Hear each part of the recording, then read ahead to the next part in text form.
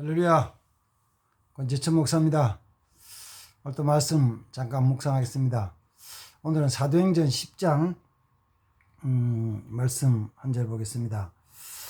33절 말씀입니다.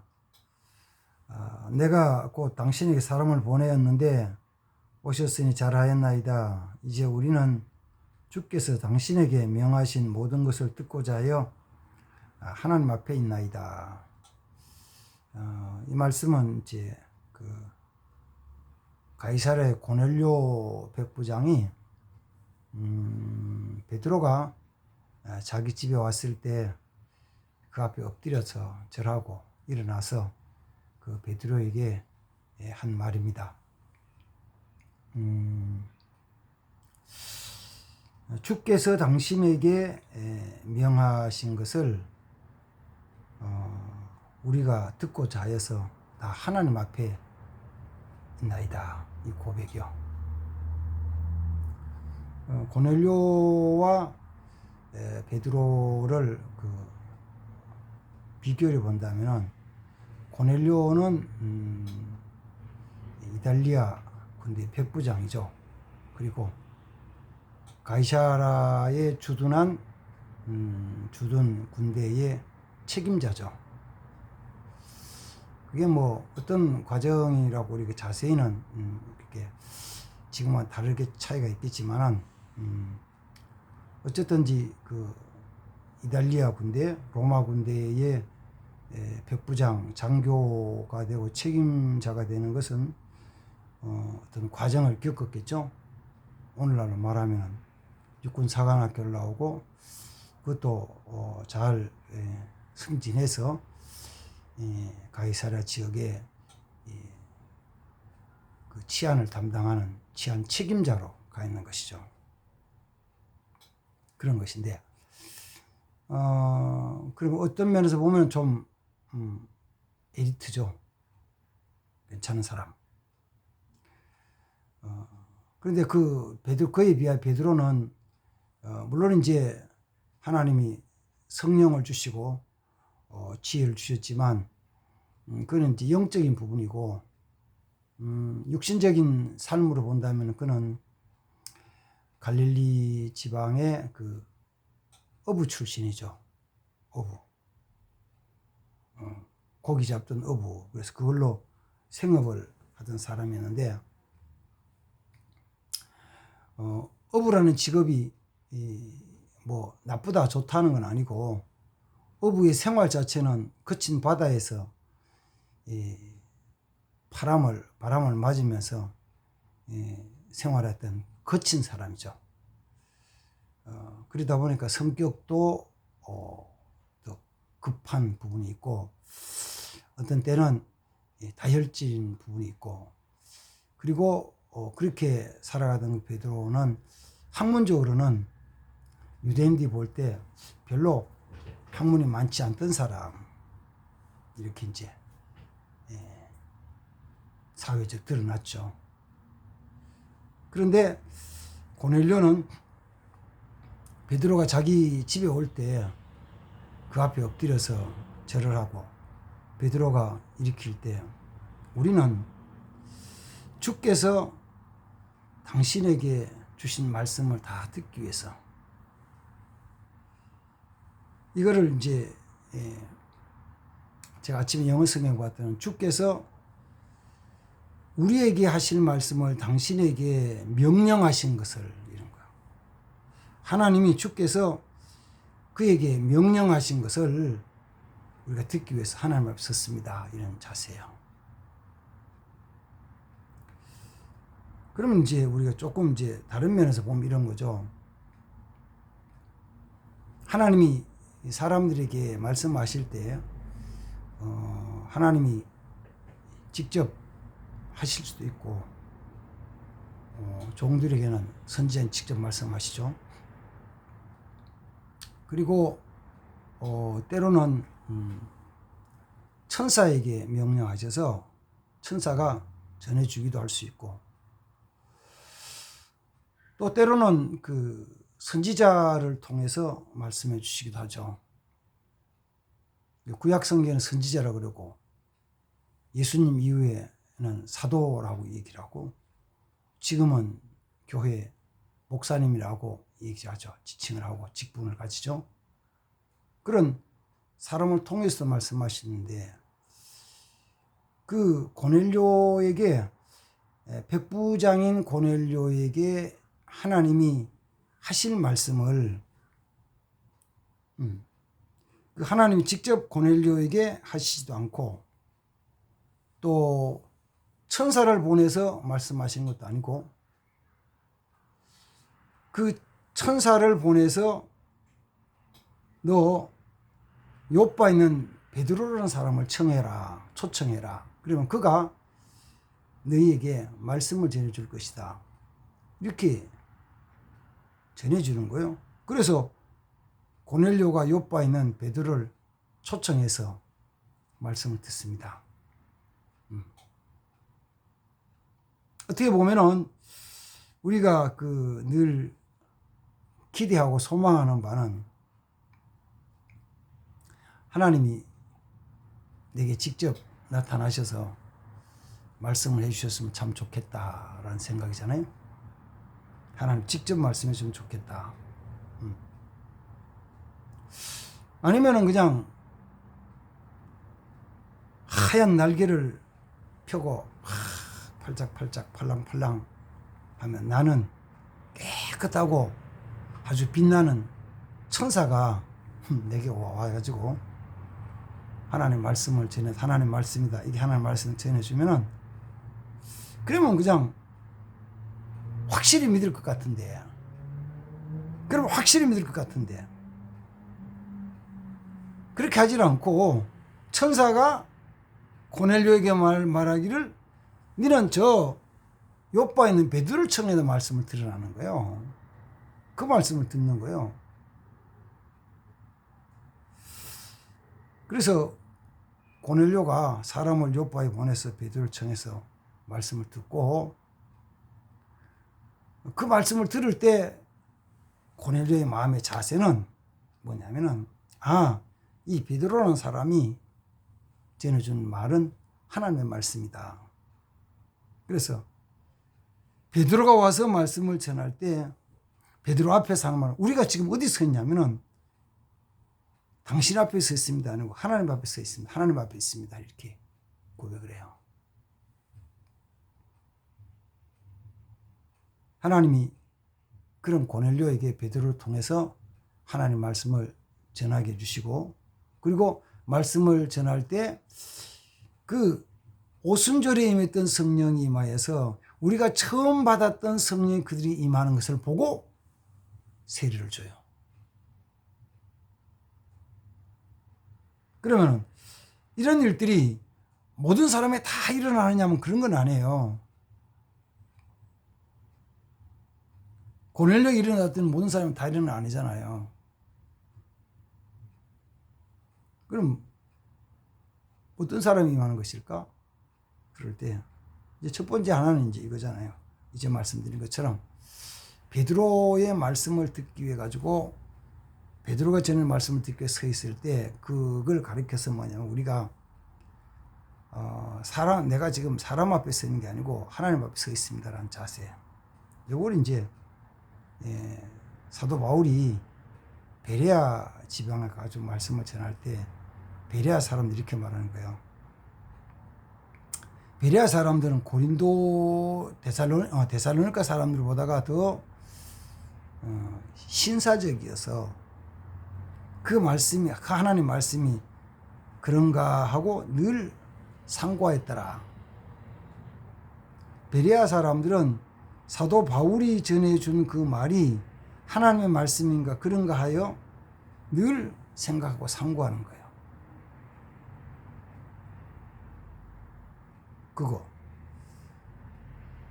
전해준 그 사람이 그 주의 종이 전도자 전해준 말이 하나님의 말씀으로 받아들이는 그 자세.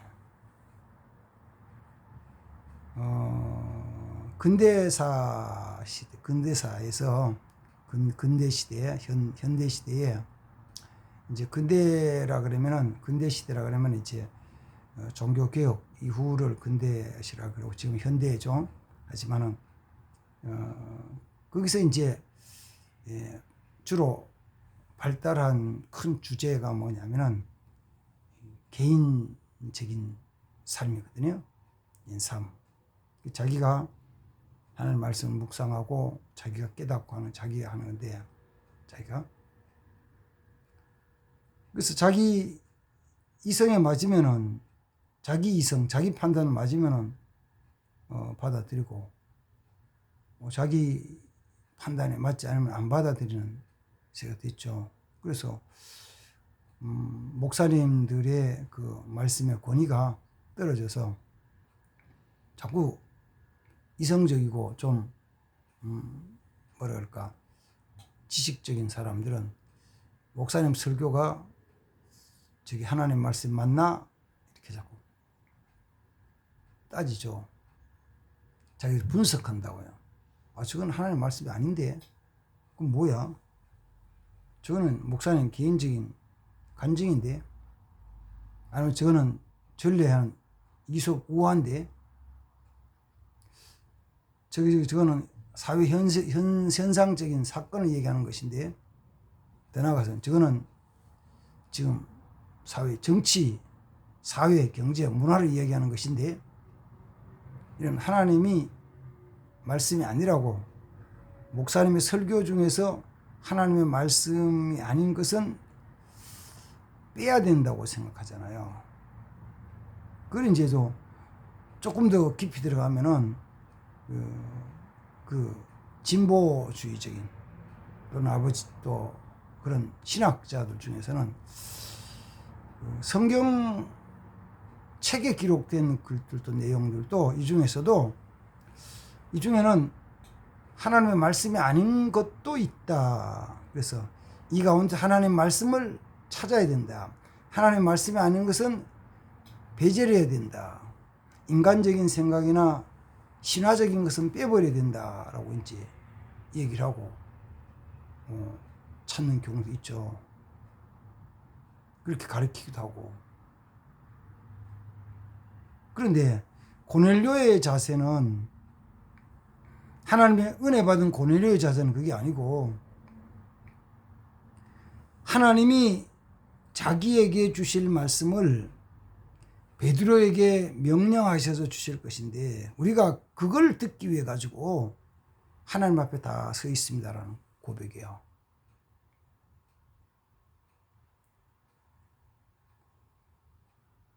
그리고 베드로가 전한 말씀을 그대로 다 하나님의 말씀으로 받는 거예요. 하나님이 고넬료에 주신 말씀을 베드로에게 주셔서 말한다. 말씀하신다. 그래서 하나님이 나에게 주신 말씀을 우리 목사님 입을 통해서 말씀하신다. 이렇게 받아야 되거든요.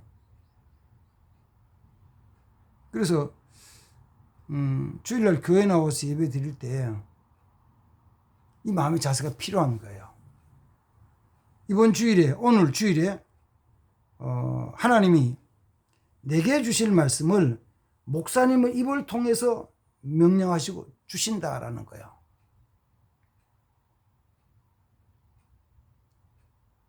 그런 사람에게 하나님 말씀이 선포될 때 거기에 성령의 역사심이 나타난다는 거예요. 성령의 역사 자체가 우리 인간적인 이성을 뛰어넘는 거잖아요. 그러니까 베드로가 고넬료에게 말할 때 가정의 식구들이 말할 때 고넬료의 가정 속에 처음 오순절이 임했던 성령이 임했던 것처럼 현상이 나타났다. 처음 오순절이 임했을 때 나타난 현상이라는 것은 기뻐하고 즐거워하고 방언하고 예언하고 이러는 거예요. 그게 이제 지나가면 사도행 19장 속에 똑같이 에베소교에 나타난 현상들인데 그거는 마음 자세가 저 입을 통해 나오는 말씀이 하나님의 말씀이라고 내가 받아들일 때 나타난 사건이에요. 그때 현상이에요. 우리는 그걸 믿죠. 아니 목사님이 지금 무슨 얘기를 하는 거야? 왜 자꾸 사회 얘기를 하는 거야? 왜 자꾸 저런 이야기만 하는 거야? 그럴 때 그게 아니고, 그 자연 현상에 대한 건 똑같은 거예요. 예수님도 말씀하실 때 공중에 나는 새를 보라. 그 다음 들의 백합화를 보라. 말씀하시잖아요. 눈을 들어 들판을 바라보라. 곡식이 익어서 휘어져 추수할 때가 됐다. 그 말씀하시는 거예요. 우리는 하나님의 말씀이 성경에 기록된 어떤 아주 거룩하고 심오하고 이런 내용들만 하나님의 말씀이 아니고, 하나님이 하신 말씀은 전부 하나님 말씀이잖아요. 하나님이 하신 건 전부 하나님 말씀이에요. 그러면 하나님께서 베드로의 입에 주셨던 말씀은 전부가 하나님이 고넬료에 주신 말씀이에요. 이런 은혜, 이런 축복이 있기를 바랍니다. 그러면 한 걸음 더 나가서, 하나님은 왜 그런 일을 고넬료에 가정 행하셨을까? 왜 고넬료에게 그렇게 하셨을까? 라고 하면은, 이제 사도행전 10장 1절에서는 2절에서는 그러죠. 고넬료 그는 온 집안으로 더불어 하나님을 경외하며, 그리고 백성을 많이 구제하고 항상 기도하더니, 이렇게 말씀해요. 고넬료가 언제 복음을 받았는지 몰라요. 언제 하나님에 대한 들었는지 몰라요. 그리고 언제 기도하라고, 언제 구제하라는 말씀을 들은지 몰라요. 그러나 분명한 것은 그의 삶이 온 집안이 같이 하나님을 경외하는 거예요. 경외한다는 게 뭘까? 그때 고넬료가 하나님 경외했던 어떤 것일까? 어떤 걸 가지고 경외한다 그럴까? 그가 거기는 성전이 있는 건 아니니까, 하니까 이스라엘은 회당에 가가지고, 회당에 가서 그 모임에 참석했을까? 아니면 혼자서 찬양을 많이 했을까? 성경을 봤을까? 뭔지 잘 몰라요. 어떤 내용인지 모르지만 그는 온 집안을 더불어서 하나님을 경외하면서 살았어요. 그러니까 경외하면서 살았지만 그에 나타나는 표적과 증거는 아무것도 없었어요. 그 다음 두 번째 뭐라고요? 그가 많은 사람들에게 구제를 했다는 거예요. 가난한 사람에 나눠줬다는 거예요. 가이사라 지방의 백부장으로서 월급을 받아가지고 주는 급료를 가지고 자기가 덜 쓰고 나눠주는 거죠. 나눠줘요. 그럼 나눠주는데 많이 구제했더라. 어쩌면 자기 생활비를 쓰고 다 나눠줬을지도 모르죠. 그런 삶, 그런 생활 보시는 거잖아요. 그리고 항상 기도했더라. 그래서 그 시간도 제 9시 기도 시간에 기도할 때 천사가 나타났습니다. 그러면은 천사가 나타날 때까지 그가 언제부터 시작해서 그때까지 쭉 하나님을 온 집안이 경외하고 또 구제하고 기도했는지 모르지만, 그때까지 그가 하나님을 경외하고 기도하는 그 상황이 쭉 이어지는 동안에 아무 표적도 능력도 나타나지 않다가, 그때 천사를 통해 하신 말씀은, 고넬료야, 네가 이제까지 기도한 것 하나님 다 들으셨다. 고넬료야, 네가 구제한 것 하나님 다 기억하신다. 그렇게 말씀하셔요.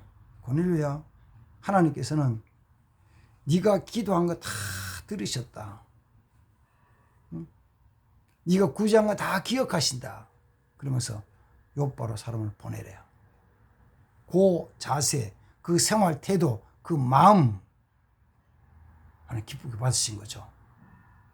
그게 그렇게 살아간 삶이 하나님을 경외했던 삶, 경건하게 하나님을 경외했던 그 삶, 그가 자기 생활에서 나누어서 어려운 사람, 가난한 사람에게 구제했던 그 삶, 늘 기도했던 그 삶이 사실은 뭐냐면은 하나님 앞에서 좋은 씨앗을 심은 거예요. 씨앗을 심은 거지. 자기 주어진 시간 가지고 심고, 물질 가지고 심고, 기도로 심고 심은 거죠. 근데 심은 것이 얼마나 시간이 지는지 모르지만 시간 지난 다음에 그에게 응답으로 나타난 것입니다. 우리는 그러죠. 하나님, 내게도 천사를 보내서 말씀해 주시고 내게도 좀 말씀해 주십시오. 네, 그래요. 하나님 말씀해 주시고 응답해 주셔야죠. 그런데 응답이라는 열매가 맺혀지려면은 뭐가 있어야 된다고요? 기도로 심어야죠. 기도로 심은 것이 응답으로 맺혀지잖아요. 응? 구제로 심은 것이 물질의 축복으로 맺혀지잖아요. 여호와를 경외한 것이 내 삶에 큰 영적인 은혜와 능력으로 임하시잖아요. 우리 이런 삶을 위해서 같이 믿음으로 살아야 됩니다. 믿음으로 심어야 됩니다. 그래서 고넬료의 삶이 그냥 천사가 나타나서 했다는 것은 그의 삶 이후에 나타난 사건이에요. 그래서 우리가 주님, 내게도 이런 은총을 내려주십시오. 내가 그렇게 살겠습니다. 내가 살겠습니다. 오늘 그렇게 믿음으로 살기 위해서 기도하고 구제하며 하는 경험을 살기 위해서 힘써 나갈 때 그게 하루, 이틀, 한 달, 두 달, 석 달 지나는 동안에 내가 그것이 좋은 땅에 심어진 씨앗 되어서 열매 맺을 때 하나님의 역사심으로 나타나는 거예요. 그래서 항상 말씀을 들을 때마다 주님의 말씀으로 아멘 순종하기 위해서 이렇게 받고 그렇게 살아가는 삶이 되기를 바랍니다. 기도하겠습니다. 하나님 감사합니다. 오늘도 같이 말씀 묵상합니다. 우리는 은혜 받아야 필요합니다. 주의 은혜가 필요합니다. 먼저 내가 주 앞에 의로 심을 수 있게 없어서, 기도로 심을 수 있게 없어서, 구제로 심을 수 있게 없어서, 하나님 경외함으로 심을 수 있게 하셔서 하나님 주신 풍성한 것이, 신령한 것이 맺혀지게 없어서 예수님의 이름으로 기도합니다. 아멘. 감사합니다.